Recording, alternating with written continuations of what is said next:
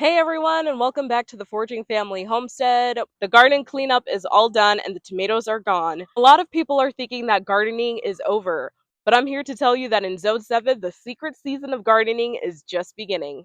More importantly, with the food insecurity at an all-time high in this country, and we remember what grocery shelves looked like during COVID and when inflation hits, like it's real. The government shutdown, SNAP benefits not being completely secure yet. Gardening has to no longer be just a hobby, but a way of life. So if you're like me and really wanting to up your self-sufficiency and cut down on your grocery bills, then this video is just for you. We're starting right now in early November and we're going to focus on cold hardy plants and super budget friendly crops. All right, let's get to it.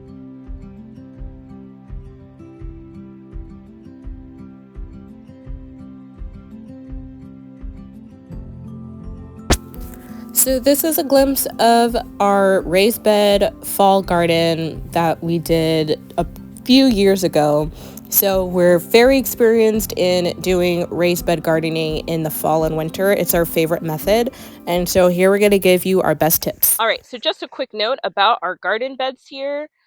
We have three raised garden beds that my husband and I built. We got this wood from a neighbor who was finished with their project and had all this extra wood, so God is so good. And we were able to build these are 3x8 raised garden beds, and we put these posts here because we're going to use them to do the hoops, as you can see here. I'm going to explain that later in the video. But here I just wanted to explain what we're doing. We use a method called hugelkultur for these raised beds. We first put cardboard on the bottom, which really helps suppress the weeds and the grass from growing. But then as it breaks down over time, it's going to allow the microbes from the native soil to come through. Then we put aged log and wood in our garden. We made sure not to use black walnut or pine because they have chemicals in there that can suppress growth of plants. So we filled that up about 4 to 6 inches of the aged wood. Then we put our compost, kitchen scraps. That's going to be full of, that is going to be the fuel, honestly, for our winter crops. Then we placed our straw. So we have aged straw, and that aged straw has a whole bunch of chicken poop in it, and that chicken poop manure is full of nitrogen, which is really great for our garden. So we place that in there. Then we put some topsoil, and and then the remaining part is just topsoil. We put about 5 cubic feet of topsoil in each raised bed. So that is our raised beds right now. All right, so first crop I want to talk about is radish. Now, they'll be ready in about 3 weeks. I'm sowing them in this small area right here. I'm going to stick to this area, just a quarter of the raised bed. And if you planted these in October, then you would be able to do succession plant. But since we're already in November, we're kind of late for that. And succession planting would pretty much mean we would plant like a row of radish, and then in 2 weeks we would plant another row and then another row. And that would allow you to be able to harvest continually. To be honest, if you do not like radish, don't plant them. Just don't plant what you won't eat. Our family likes eating radish because I pickle them, but I'm not going to plant too many because we didn't really eat them all that much. But it is a beautiful plant and it's so satisfying to harvest. So I'm just going to plant just one row of. Here we go. I'm just going to open this up a little bit. Right here, right here. Here, here. And we're going to just put one. We're going to plant them so that we don't have to worry about thinning them out later. So let's gently cover it. There we go. Yeah, we're going to eat it later. All right, and we're going to mark them. We want to keep the soil moist until the seeds germinate. And the warmth, whatever warmth that we have left going on, are really going to help keep the soil nice and warm. That looks great. Good job. All right, next we're going to plant some loose leaf lettuce and arugula. Those are really quick. We're not going to fool with head lettuce because that takes way too long. But loose leaf lettuce, it sprouts up pretty quickly. You'll be able to harvest within 30 to 40 days, and which is really satisfying. And then you can right here, over here on this side. And we're going to stick to mainly the middle of our raised beds because lettuce is delicate, and if it gets bitten by the frost, that's no good. So we're going to stick to the middle. We're going to avoid the edges and go ahead and plant our loose lettuce seeds and arugula. We have our loose lettuce seeds. Let's get to work. All right, let's gently cover it up. Make sure the soil is nice and loose so that they can come up and sprout. Yeah, they're gonna get bigger and bigger, just like you. I'm gonna get bigger like that. I can get bigger. You're gonna get bigger like Daddy? I can get bigger and get bigger. Yeah. Oh, yes, you can. You gotta eat some lettuce. Eat some lettuce and spinach like Daddy. Then you get bigger. Huh? I'm gonna plant these black-seeded Simpsons. These are awesome. You get 45 days to harvest. It takes about 7 to 10 days to germinate. And yeah, we planted those already. Remember, we gotta leave those in the ground, okay? So let's go on this side. Come on this side over here. Yep, so this is called black-seeded Simpson.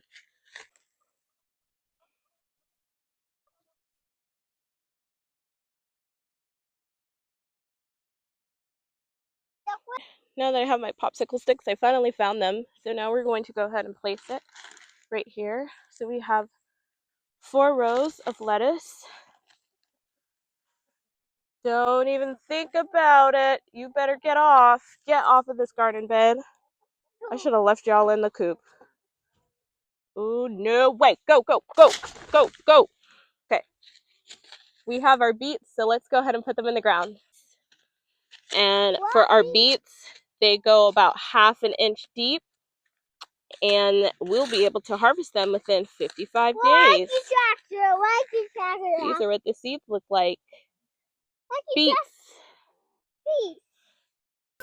I love beets because you can eat the greens and the root. So you get a dual purpose for these awesome crops. Planting from seeds are really inexpensive way, but if you do find some discounted store-bought plants like we did, you can get to doing that. That's exactly what we're going to do in this raised bed. Here I want to show you our lettuce that is already looking good. We planted these about 3 to 4 weeks ago, and they are already looking so good. They've been in this frost cover, and my husband actually used these hoops right here. He nailed them. He drilled them to these posts so that we can use this frost cover. And you really want to make sure that you protect your raised beds with either frost cover that we were given to from our neighbor who has an organic farm. So that was such a huge blessing. We also have this greenhouse cover that another friend gifted to us that we could use. It creates more of a greenhouse effect. Or if you don't have any of these things, you can use an old bed sheet. And also, just to note that at Dollar General, they were selling the hula hoops, kids' summer hula hoops, at 75% off. And one of my friends bought a whole ton of them and cut them in half and used them as hoops to protect for their raised beds. So that is an option as well, a very cost-effective option. Go, go, go. We also have our kale is coming up as well. We planted kale here.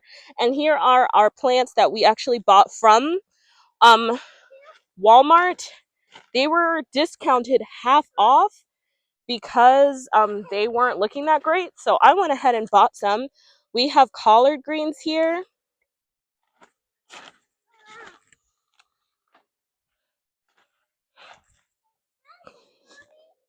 We also have broccoli. Broccoli. And we have spinach. So we are going to go ahead and put these in our raised bed. Now, if you are an experienced gardener and know about spacing and all that stuff, go for it. My husband is a horticulturalist and he is very precise about spacing and all that stuff, but I'm the put it in the ground and see what happens type of person. So that's exactly what we're going to do. Thankfully, the store-bought plants do come with instructions on the back of the tag, and that's what I'm going to go based on and get these plants in the ground as soon as possible. So let's go. All right. So here we have our Swiss chard. I absolutely love Swiss chard. It is delicious. It is so beautiful in the garden. And it is called Bright Lights Swiss chard. We are going to space it 12 to 18 inches apart and plant it at a depth of the container. So let's get to it. All right, that's about container depth. And then we cover it up. You can get 2 plants in 1 container. So just be aware of that. Actually, 3 plants. Look at that. There are 3 plants in 1 container. Ka-ching! Apart. Here we go. Nope, CJ, over here. You have to plant it over here. Right here. You...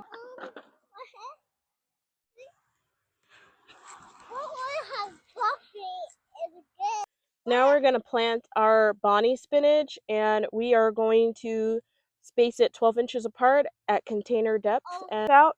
Can you shoo them away, please? Thank you. I'll go ahead and cover these real quick so that my chickens don't scratch up all the seeds that we just planted. Also, just to note that if you don't have a closed or greenhouse cover, you could also use these buckets here, and on your lettuce or those ones that are susceptible to frost, you can go ahead and put, when frost comes, put that bucket in there and protect your plant from frost. I get the clear ones, and just make sure you keep that plant watered and then cover it up. All right. Can you water these ones? Let's focus on those that we just put in the ground. There we go. All right, now it is also the time to start planting your garlic cloves and your onion bulbs. These garlic are going to need 9 months until you harvest. So we got to plant them in the ground right now. We actually went to a grocery store and they had a whole bin of garlic that had already started sprouting, and it was listed at a discounted price, so we just got a whole bunch of bags of them. This is a tilled area, and what I'm going to do is I'm going to use this stick here, and it's going to give me about 2 inches into the soil. I'm going to take my garlic clove and we're going to put the pointy side up, this rooted side down. We're going to go ahead and put that in the hole. All right, 2-inch deep holes, 4 inches apart. Side up, put it in the ground. Pointy side up, put it in the ground. Cover that up. And then I'm going to take my straw and I am going to cover this area lightly. Cover this area. And the straw is going to do 2 things. The straw is going to suppress the weeds, which is really important because you won't get those big juicy bulbs if this area is fighting weeds. And second, this is going to help with water retention. So this untreated straw really holds a lot of water, and it is going to rain later on this week. So this is a perfect time. It's going to soak in all that water. And that's what we're going to do. So we already planted this whole entire row full of garlic. Already planted over 100 cloves of garlic here. And so we're just going to go by and put straw all along here and let it do its thing. And within 9 months, we'll have garlic. So growing your own groceries starting right now in November is easier than you might have thought. So I hope that this is inspiring to you and that you get to growing either in your balcony, in your backyard, or wherever you are in a pot. You can start growing your groceries right now. You'll be surprised how much you can grow. These are nutritious packed, cold hardy, and incredibly reliable plants that you can get to right now. If you're a Zone B homesteader, go ahead and give me a like on this button. If you love this channel and really want to support us further, consider giving us a super thanks. That's a button with a little $sign on it that says super thanks if you found any bit of this information helpful. So let me know what winter crops you'll be planting in your garden. I want to leave you with a verse from the Bible that says, "The Lord will guide you always. He will satisfy your needs in a sun-scorched land and will strengthen your frame. You will be like a well-watered garden, like a spring whose waters never fail." That's from Isaiah 58 verse 11. So happy planting, and I'll see you in the next video. Bye. Say bye, Sage. Bye. You're doing a great job with this watering. Awesome.